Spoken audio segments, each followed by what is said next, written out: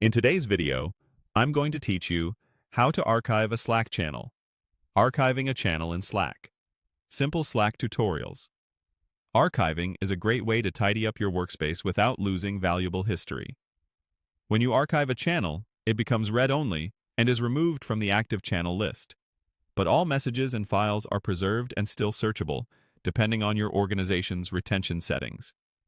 It's different from deleting a channel, which permanently removes content, and different from leaving a channel, which only affects your membership.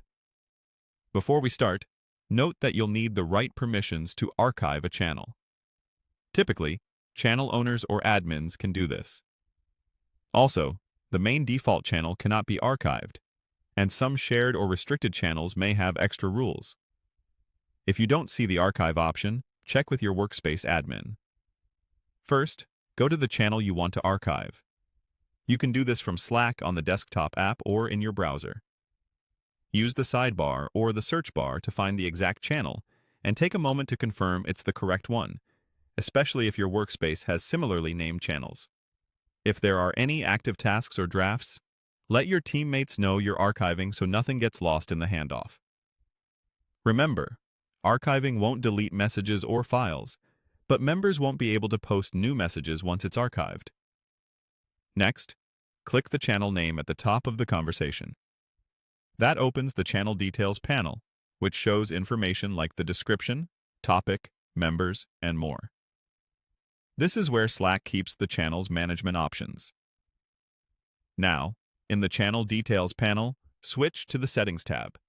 This tab contains controls that affect the entire channel.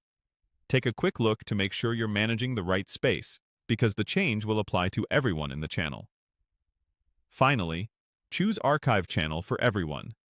Slack may ask you to confirm your choice and remind you that the channel will become read only. Go ahead and confirm. You'll see an indicator that the channel is archived, and it will be removed from active lists for most people.